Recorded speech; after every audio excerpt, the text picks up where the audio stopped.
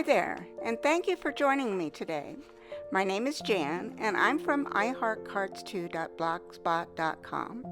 I'm an independent Stampin' Up! Demonstrator in the U.S., and in this video tutorial, I'm going to show you how to make the Sweet Talk Jam Jar box.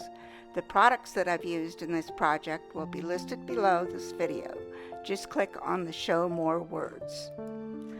I've used the Bouquet of Love hybrid embossing folder to emboss a scrap of real red cardstock.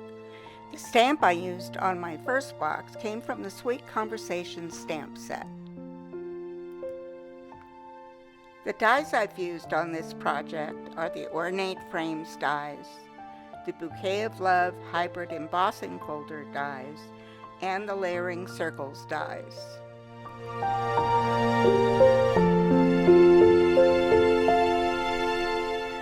I've used Highland Heather cardstock to create the Jam Jar box and the Sweet Talk Designer Series paper to decorate it.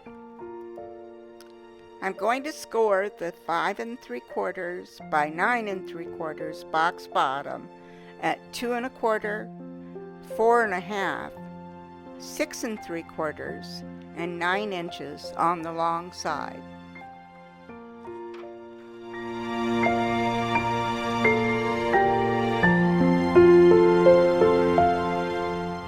Then I'll turn the cardstock to the left and score the short side at 3/4 of an inch and 3 1/2 inches.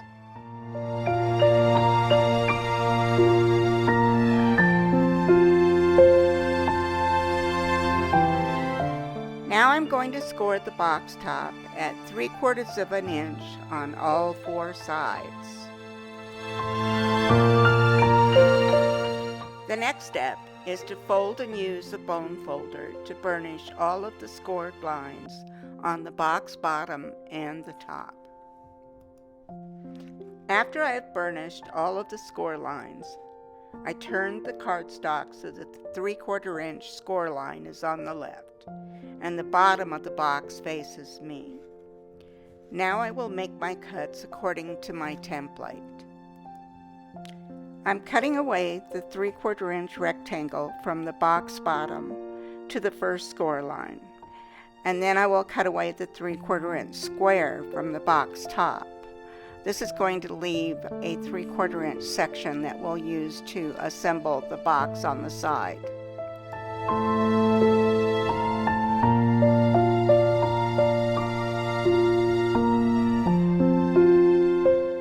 With the box bottom facing me, I'll cut up to the score line on each of the bottom sections.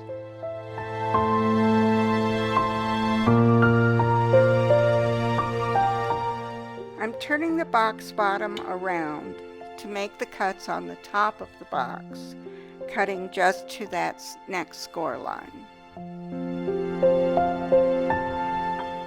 I need to make some little wedge cuts across the box top so that these will fold in nicely.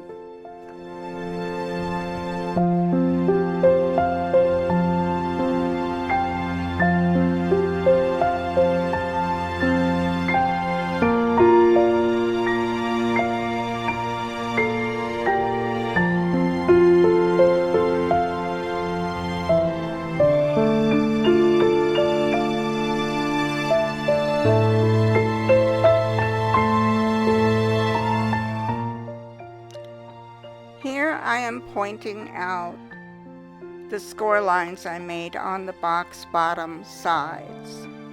After I have wedge cut the bottom, I will bring in my paper trimmer to cut these away. This will reduce the bulk that would be there without it on the bottom of the box.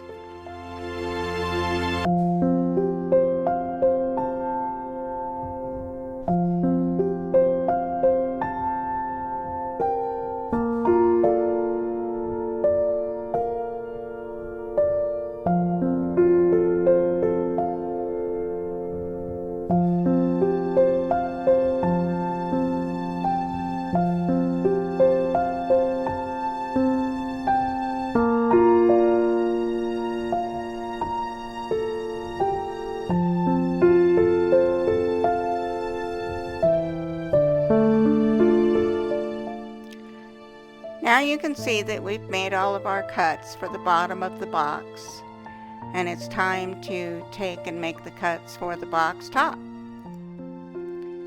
I'm going to cut up to the score line on 2 sides. I'll also take and make little tiny wedge cuts on those little glue tabs.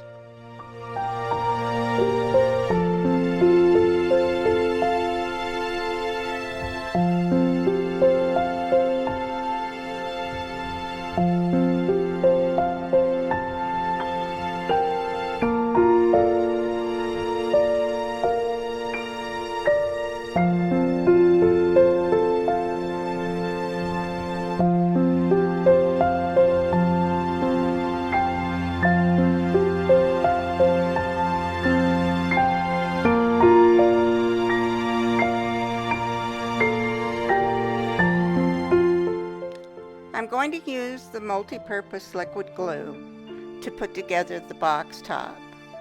I'll be putting the glue on the outside of the little glue tabs.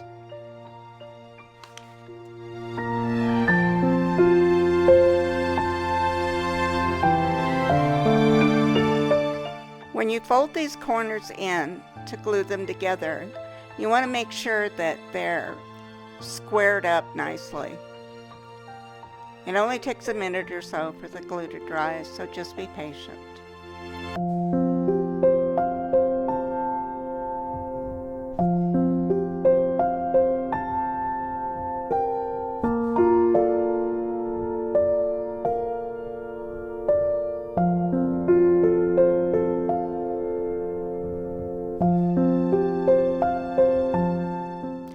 I'm going to use tear and tape to assemble the box bottom. This is going to go on the outside of the side edge, and then it'll be on the inside of the box top flaps and the box bottom.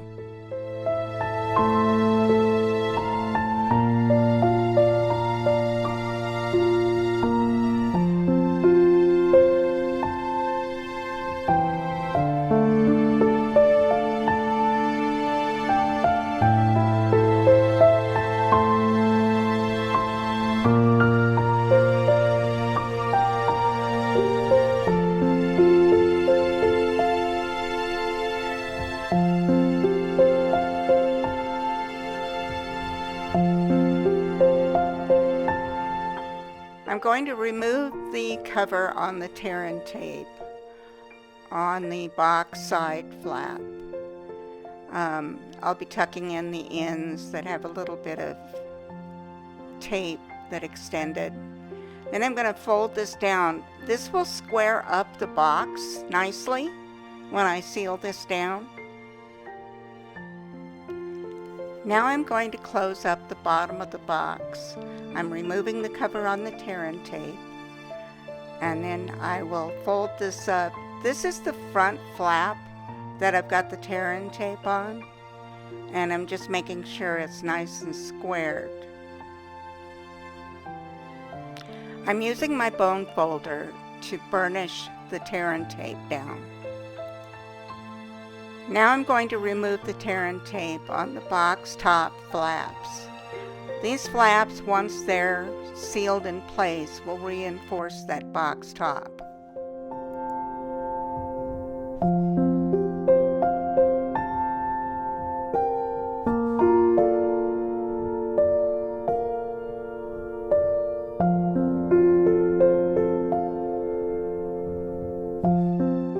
Now that our box is put together, it's time to decorate.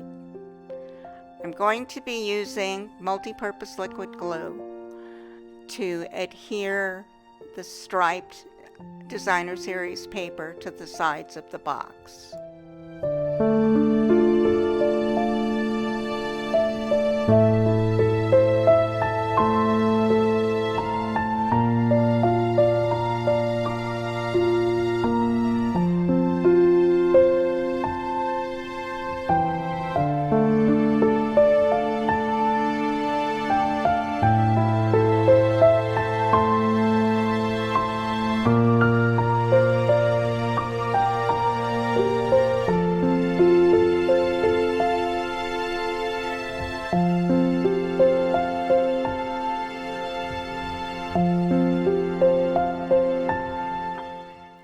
going to adhere the Sweet Talk Designer Series paper to the top of the box.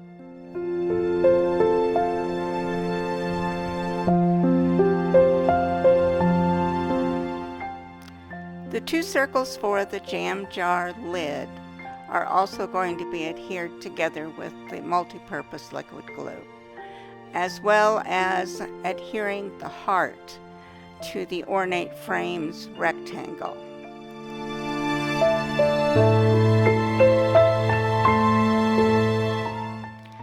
I'm using mini glue dots to adhere the circles to the jam jar lid itself. I've filled my jars with Dove dark chocolate hearts. I'm sure you'll find something that fits in there just as well too. I decided I was going to use the gorgeous gray 3/8 inch sheer ribbon on this box. I had used the glittered organdy ribbon on the other 2 and just wanted to see what it would look like with a little darker ribbon.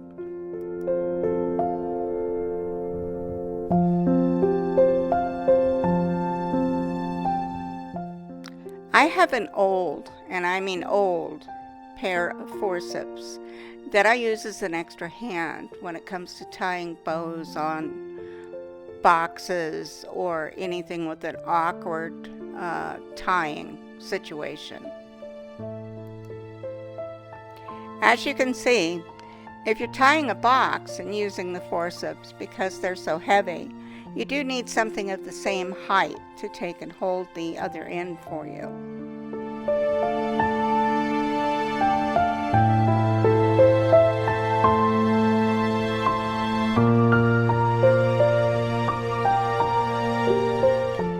I'm using some mini dimensionals to take and pop up the ornate label with the heart on it on the front of the box. And the last thing I'm going to add to finish this off is one of the iridescent rhinestone basic jewels. I chose to use the medium-sized one, and I'm just going to add it to the left side of my heart.